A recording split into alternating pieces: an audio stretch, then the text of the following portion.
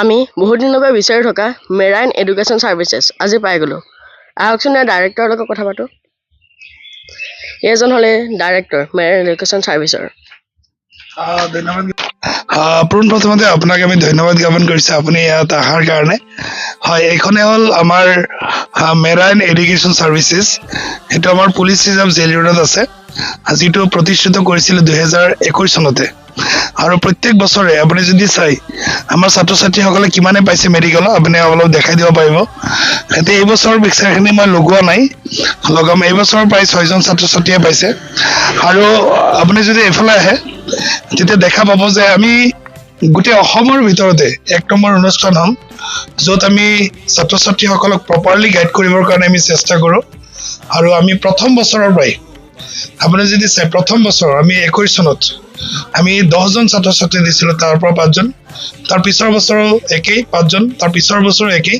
আৰু লাষ্ট যিটো পৰীক্ষা হৈ গ'ল আমাৰ 2025 চনত যিটো ডেট অনুষ্ঠিত হৈছিলে, তাৰ পৰা প্ৰায় 6জন ছাত্ৰ ছাত্ৰীয়ে পালে 10জনৰ পৰা। আজি আপোনালোকে শুনি ভাল পাব যে 2025 পৰা 26 বৰ্ষত যিটো আমি ত্ৰিশূল বেচ আমি আৰম্ভ কৰিছিলোঁ, তাৰ ছাত্ৰ ছাত্ৰীসকলে আজি পৰীক্ষাত অৱতীৰ্ণ হৈছে। আৰু এইবাৰ আশা কৰিছোঁ যে 10জনৰ পৰা 10জন ছাত্ৰ ছাত্ৰীয়ে নিটত ছিট পাব। আপুনি আহক।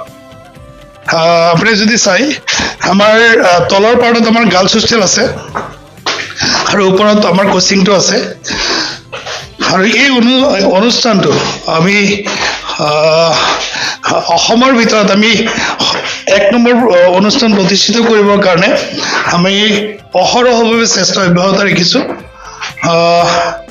এইবাৰ চাগে আমাৰ সেই চেষ্টা সাৰ্থক হ'ব, কাৰণ আমাৰ টাৰ্গেট 10ৰ পৰা 10টা।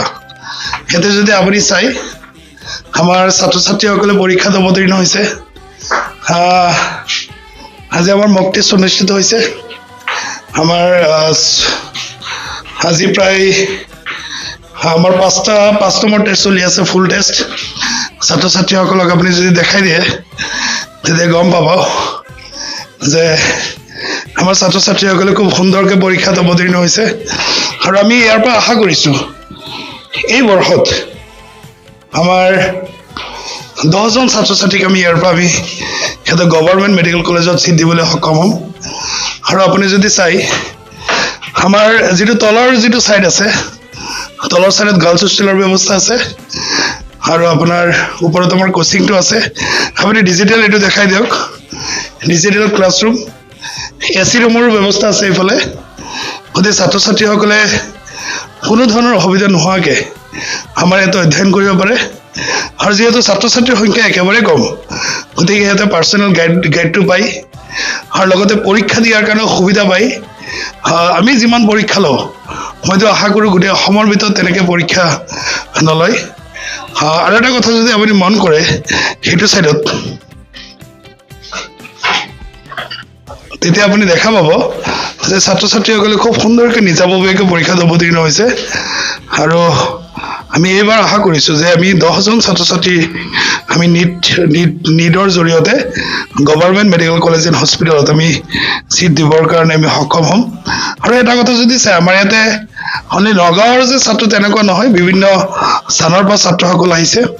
আপুনি যদি এইজনী চাই, এইজনী আমাৰ নগাঁৱৰে হয়, সেইজন যদি চাই বৰপেটাৰ ছাত্ৰ হয়, আমাৰ এইজন যদি হয় বৰপেটা আছিল ন, ধুবুৰী, এইজন আমাৰ নগাঁৱৰ। তোমাৰ ক'ত আছিল না? গোৱালপাৰা। তোৰ ক'ত আছিলে? কোকৰাঝাৰ। তোৰ ক'ত আছিল? ধুবুৰী। তোৰ ক'ত? গোৱালপাৰা। গতিকে ইয়াতে বিভিন্ন স্থানৰ পৰা ছাত্ৰ ছাত্ৰীসকল আহিছে আমাক বিশ্বাস কৰি পেলাই। আৰু এইবাৰ আমি যেনেকৈ নহওক এই ছাত্ৰ ছাত্ৰীসকলে যিটো সপোন লৈ আমাৰ ইয়াতে নামভৰ্তিকৰণ কৰিছে, 100% সিহঁতৰ সপোনটো আমি বাস্তৱত পৰিণত কৰিবৰ কাৰণে সক্ষম হ'ম। ইতিমধ্যে আমি বিভিন্ন ধৰণৰ ব্যৱস্থা হাতত লৈছোঁ। আমি নতুনকৈ যিটো আমি গাইডলাইন বনাইছোঁ যে ছাত্ৰ ছাত্ৰীসকলে আজিৰ পৰা 4 দিন পিছে পৰীক্ষাত অৱতীৰ্ণ হ'ব। আৰু প্ৰতিটো পৰীক্ষা যেতিয়া দিব, পৰীক্ষাবিলাকত সিহঁতে কি পাৰা নাই, কি অসুবিধা আছে, সেইখিনি বিতংভাৱে আমি আলোচনা কৰাৰ কাৰণে আমি ব্যৱস্থা ৰাখিম। আৰু লগতে এটা কথা আমি কৈ থওঁ যে এই বৰ্ষটো আজি যদি আপুনি চাই আমাৰ মাৰ্চ মাহ চলি আছে, আৰু মাৰ্চ মাহতে আমি 5টা পৰীক্ষা অনুষ্ঠিত কৰিলোঁ। মাৰ্চ মাহৰ আজি কেই তাৰিখ? 3 তাৰিখ। আজি 3 তাৰিখে আমি 5টা পৰীক্ষা অনুষ্ঠিত কৰিছোঁ সেই গোটেই মাৰ্চ মাহত আমাৰ পৰীক্ষা চলিয়ে থাকিব 4 দিন পিছে পিছে গোটেই এপ্ৰিল মাহ 25 তাৰিখলৈকে আমি পৰীক্ষা অনুষ্ঠিত কৰিম গতিকে যদি কোনো ছাত্ৰ ছাত্ৰীয়ে ভাবে যে নাই আমি মেৰাইন এডুকেশ্যন সাৰ্ভিসেছত আমি টেষ্ট সিৰিজৰ কাৰণে আমি নামভৰ্তিকৰণ কৰিম তেতিয়াহ'লে নিশ্চয় সিহঁতে কৰিব পাৰিব কিছুমান নীতি নিয়ম আছে সেই নীতি নিয়ম মতে সিহঁতে নামভৰ্তিকৰণ কৰিবৰ কাৰণে সুবিধা পাব আৰু লগতে এটা কথা মই কৈ থওঁ যে নেক্সট বেচ যেটো আমাৰ আৰম্ভ হ'ব 2027 চনৰ কাৰণে তাৰ কাৰণে ইতিমধ্যে আমি ব্যৱস্থা হাতত লৈছো যিসকল ছাত্ৰ ছাত্ৰীয়ে ভাবিছে যে মেৰাইন এডুকেশ্যন সাৰ্ভিসেছত মই নামভৰ্তি কৰি মোৰ যিটো সপোন এমবিবিএছৰ সপোন পূৰণ কৰিম সেই ছাত্ৰ ছাত্ৰীসকলক অতি সোনকালে আমাৰ অফিচত আহি যোগাযোগ কৰিবৰ কাৰণে জনোৱা হৈছে ধন্যবাদ আপোনাক এটা কোৱেশ্চন সুধিব বিচাৰিছিলোঁ এই টেষ্ট সিৰিজটো যে আপোনালোকে যে দিব এইটো কি লাভ পাইছে টেষ্ট সিৰিজটো গোটেই লাষ্ট ইয়াৰ যেনেকুৱা মানে ডিফিকাল্ট পেপাৰ হৈছিল সেইটো পিছতে হয় আৰু পেপাৰটো বহুত মিডিয়াম নহয় মডাৰেট নহয় তাতকৈ বেছি ভাল হয় আৰু ইয়াৰ টিচাৰবিলাকে বহুত পাৰ্চনেলি ফ্ৰেণ্ডলি গাইড কৰে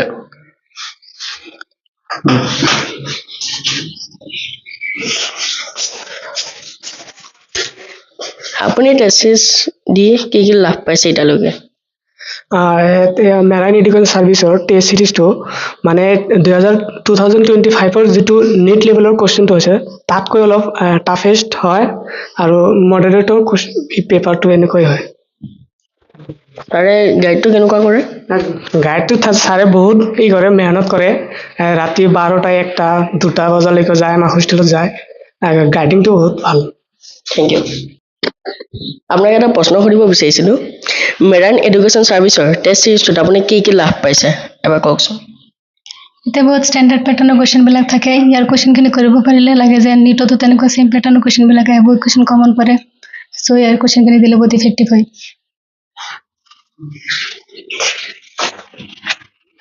আপোনাক এটা প্ৰশ্ন সুধিব বিচাৰিছোঁ চেম কুৱেশ্চন মেৰাইন এডুকেশ্যন সাৰ্ভিসৰ টেষ্ট সিৰিজখিনি কৰি আপুনি কি লাভ পাইছে হয় ইয়াৰ টেষ্ট সিৰিজবিলাক নিট পেটাৰ্ণ হৈ আছে মানে নিট ৰেলেভেণ্ট হৈ আছে আৰু টেষ্ট সিৰিজবিলাক এইটোৱে মানে নিটৰ ৰিলেভেণ্ট হৈ আছে থেংক ইউ